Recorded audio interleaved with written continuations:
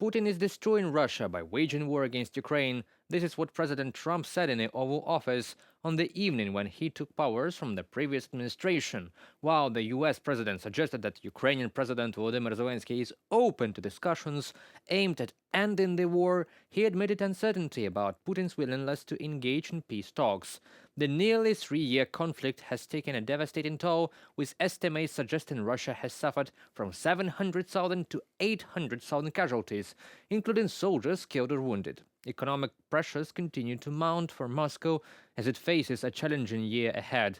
Despite these setbacks, Russian forces are still advancing in eastern Ukraine while Kiev grapples with shortages in personnel for its military operations. Trump has yet to elaborate on the specifics of his strategy to end the war. However, his administration has indicated its intent to safeguard Ukraine's sovereignty.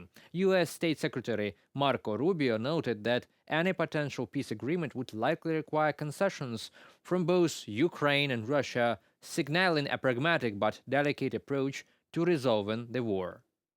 To speak with President Putin soon. What about President Zelensky, and what's your message? Yeah, I would, but he's told me he wants to make a deal. Zelensky wants to make a deal. What kind of I don't know if Putin does. He might not. I don't know. He should make a deal. I think he's destroying Russia by not making a deal. I think Russia's going to be in big trouble. You take a look at their economy. You take a look at the inflation in Russia.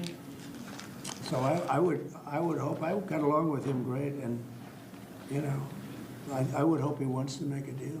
Mr. President, are you keeping U.S. sanctions on Russia until he makes a deal? Well, sanctions or tariffs. I think the word tariff is much better because it keeps your dollar stronger. I think tariffs are more effective. I mean, I use sanctions on Iran. Iran was broke. When I left office, Iran was broke. They had no money for Hamas or Hezbollah, none. They were flat broke. Trump's cabinet nominations reflect divergent perspectives on the war. Tulsi Gabbard, nominated for Director of National Intelligence, has voiced opposition to U.S. support for Ukraine.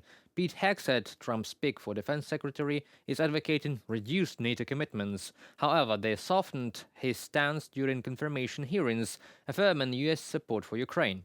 Michael Waltz, National Security Advisor, and Marco Rubio, Secretary of State, are seen as more hawkish, favoring a pro-Ukrainian approach. Keith Kellogg, nominated as Special Envoy for Ukraine and Russia, promotes peace through strength, urging Ukraine to negotiate from a position of power. Reports suggest that Kellogg's draft peace plan involves freezing the current front line, delaying Ukraine's NATO aspirations, and partially lifting sanctions on Russia. The plan includes ongoing U.S. military aid and security guarantees for Ukraine.